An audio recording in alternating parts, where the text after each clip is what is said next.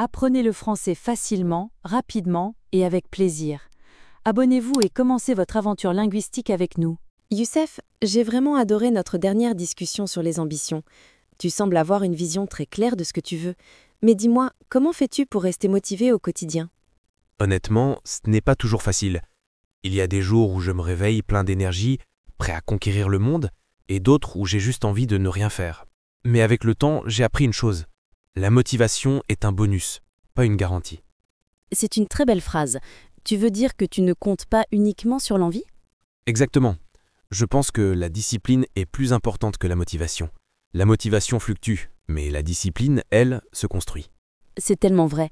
Beaucoup de gens attendent d'être motivés pour agir, alors qu'en réalité, c'est l'action qui crée la motivation. Oui, quand tu fais le premier pas, même petit, tu te mets en mouvement. Et ce mouvement nourrit ta motivation. C'est un cercle vertueux. Et concrètement, comment tu entretiens ta discipline? J'ai plusieurs stratégies. D'abord, je me fixe des objectifs précis, réalistes et mesurables. Pas de grandes résolutions vagues, mais des étapes concrètes. Par exemple, cette semaine, je vais lire 10 pages en français chaque jour. Très intelligent. Et tu tiens vraiment ces objectifs? Pas toujours. Mais l'idée, c'est de progresser, pas d'être parfait. Quand je rate une journée, je ne me culpabilise pas. Je reprends le lendemain, calmement. C'est exactement la bonne attitude. La discipline, ce n'est pas une prison, c'est une structure. Oui, et j'essaie aussi de rendre mes efforts agréables. Par exemple, j'écoute des podcasts en français en marchant, ou je regarde des séries sans sous-titres. C'est de la pratique, mais plaisante. Tu combines apprentissage et plaisir, c'est la clé. Et côté mental, comment gères-tu les moments de découragement? J'essaie de me rappeler pourquoi j'ai commencé. C'est ma raison profonde. Quand je perds l'envie, je relis mes notes de motivation, je pense à mes objectifs à long terme. C'est une excellente technique. On dit souvent, celui qui a un pourquoi peut supporter tous les comment. Exactement. Et puis, je m'entoure de personnes positives. Par exemple, nos conversations, Claire, me motivent énormément. Oh, c'est gentil, Youssef. Mais tu sais, la motivation est contagieuse. Quand on échange avec quelqu'un de passionné, on se recharge mutuellement. C'est vrai. Et je crois que la constance est ce qui fait la différence entre ceux qui rêvent et ceux qui réussissent. Oui, la persévérance transforme les intentions en résultats. Et ce que j'aime dans ton approche, c'est que tu relis toujours la discipline à l'équilibre. Tu ne tombes pas dans l'excès. Je pense que la discipline sans bienveillance devient une forme de pression. Moi, je préfère parler de discipline joyeuse. Quelle belle expression. Discipline joyeuse. J'adore. Oui, parce que je crois que quand on aime ce qu'on fait, on n'a pas besoin de se forcer tout le temps. L'amour du progrès a suffi à te pousser. Très belle philosophie. Et tu sais que c'est exactement ce que je dis à mes étudiants. La motivation est comme une flamme, mais la discipline, c'est le bois qui la maintient allumée. Quelle métaphore poétique. J'aime beaucoup. Merci. Et toi, Youssef, que dirais-tu à quelqu'un qui débute, qui se sent perdu et qui n'arrive pas à rester constant? Je lui dirais de commencer petit, de ne pas vouloir tout changer d'un coup. Lire 5 minutes par jour, c'est déjà un pas. Et surtout, de célébrer chaque petite victoire. C'est magnifique. La constance dans les petites actions, c'est ce qui mène au grand changement. Exactement. Et surtout, il ne faut jamais se comparer aux autres. Chacun a son rythme, son parcours. Tu as tellement raison. La comparaison est l'ennemi du progrès. Mieux vaut se concentrer sur sa propre évolution. Oui. Et à la fin, la vraie victoire, ce n'est pas d'être le meilleur, mais d'être meilleur qu'hier. Quelle belle conclusion, Youssef. Tu deviens presque un philosophe du développement personnel. Peut-être un jour. Mais pour l'instant, je continue à pratiquer la discipline joyeuse et à parler français avec plaisir. Et c'est exactement ça la recette du succès. Plaisir, constance et confiance. Bravo, Youssef. Merci Claire. Grâce à nos échanges, je sens que je progresse non seulement en français, mais aussi dans ma manière de penser. Alors, Youssef, tu m'as déjà parlé de ton travail, mais je suis curieuse de savoir comment étaient tes études à l'université. Tu étais quel type d'étudiant? Bonne question. Je dirais que j'étais un étudiant assez motivé, mais pas toujours organisé. J'adorais apprendre, surtout les matières liées à la technologie et à la communication. Mais parfois, je laissais les choses pour la dernière minute. Comme beaucoup d'étudiants. Et tu étudiais où? J'ai étudié à l'Université de Casablanca, à la faculté de sciences et techniques. C'était une période très riche. J'ai non seulement acquis des connaissances théoriques, mais aussi développé mon esprit critique et ma capacité à résoudre des problèmes. Tu vois, c'est exactement ce que recherchent les employeurs aujourd'hui. Quand tu parles de ton parcours universitaire, il faut mettre en avant ce que tu as appris sur toi-même. Oui, j'ai compris ça avec le temps. Avant, je disais juste « j'ai un diplôme d'ingénierie ». Maintenant, j'explique ce que ces années m'ont apporté. Par exemple, j'ai appris à travailler en équipe, à gérer des projets et à m'exprimer à l'oral devant un public. Excellent. Et tu avais des professeurs inspirants? Oui, certains.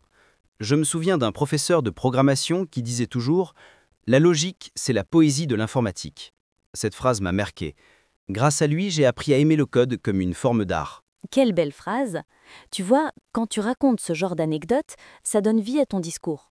Les recruteurs adorent quand tu partages une expérience humaine, pas seulement technique. C'est vrai. Et d'ailleurs, pendant mes études, j'ai aussi participé à des clubs étudiants. J'étais membre d'un club de robotique. On organisait des compétitions, on échangeait des idées et surtout, on apprenait à collaborer efficacement. Parfait. C'est une très bonne façon de montrer ton implication. Ce genre d'expérience prouve que tu es curieux, dynamique et capable de t'adapter. Oui, et je pense que ce sont ces moments-là qui m'ont vraiment appris à parler avec confiance. Parce qu'à force de présenter nos projets devant le public, j'ai fini par perdre la peur de parler en français. Ah, voilà un point très important. Beaucoup d'étudiants hésitent à parler en français, surtout quand ce n'est pas leur langue maternelle. Mais le secret, c'est de pratiquer encore et encore, sans se juger. Exactement. Moi, je faisais des exposés, même quand je savais que mon accent n'était pas parfait. Et chaque fois, c'était un peu mieux. C'est ça l'esprit. Tu progresses à chaque tentative. Et aujourd'hui, quand tu parles de tes études, on sent ta passion et ta confiance. Merci Claire. J'ai compris que la confiance ne vient pas seulement des diplômes, mais du fait de savoir exprimer ce qu'on a vécu et appris. Très belle conclusion. D'ailleurs, si tu devais donner un conseil à un étudiant qui veut parler de ses études en français, que lui dirais-tu? Je lui dirais, parle avec ton cœur, pas avec ton CV. Ne récite pas ton parcours, raconte ton histoire. Les gens se souviennent de l'émotion, pas seulement des titres. Magnifique. Tu deviens vraiment un excellent communicant, Youssef. Merci. J'apprends de la meilleure professeure. Salut Youssef. Tu avais un entretien aujourd'hui, non? Comment ça s'est passé? Salut Claire. Oui, c'est vrai. Honnêtement, j'étais un peu stressé au début, mais finalement, tout s'est bien déroulé. Super. Tu vois, tu t'en sors toujours bien. Tu as réussi à parler de ton parcours sans hésiter? Oui. J'ai essayé de rester naturel. J'ai commencé par me présenter, j'ai parlé de mes études, de mes expériences, puis de mes objectifs professionnels. Très bien. Et comment as-tu décrit ton métier ou ton domaine? J'ai expliqué que je suis ingénieur en informatique. J'ai précisé que je travaille surtout sur le développement d'applications et la gestion de projets numériques. J'ai donné quelques exemples concrets. Ça les a intéressés. Excellent réflexe. Donner des exemples, c'est toujours une preuve de confiance.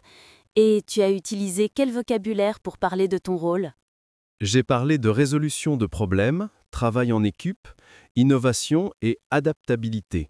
Ce sont des mots-clés que les recruteurs aiment entendre. Tu as raison.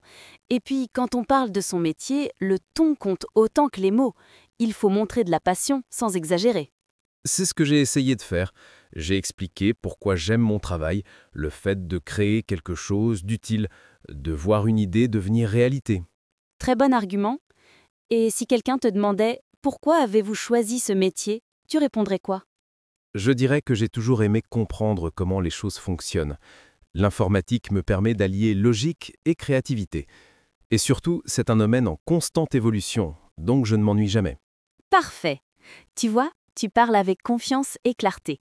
Beaucoup de gens ont du mal à se valoriser. Oui, j'ai remarqué. Avant, j'avais peur de paraître prétentieux. Maintenant, je comprends que parler de ses réussites, ce n'est pas se vanter, c'est montrer qu'on sait ce qu'on vaut. Exactement.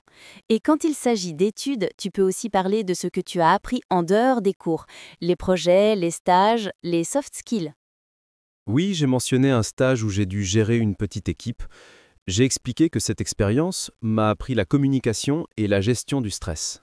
Tu vois, c'est ça qui fait la différence. Quand tu lis ton expérience à des compétences concrètes, tu montres que tu es conscient de ta valeur professionnelle. Merci Claire, tes conseils m'aident toujours. J'ai envie de continuer à m'améliorer, surtout à l'oral.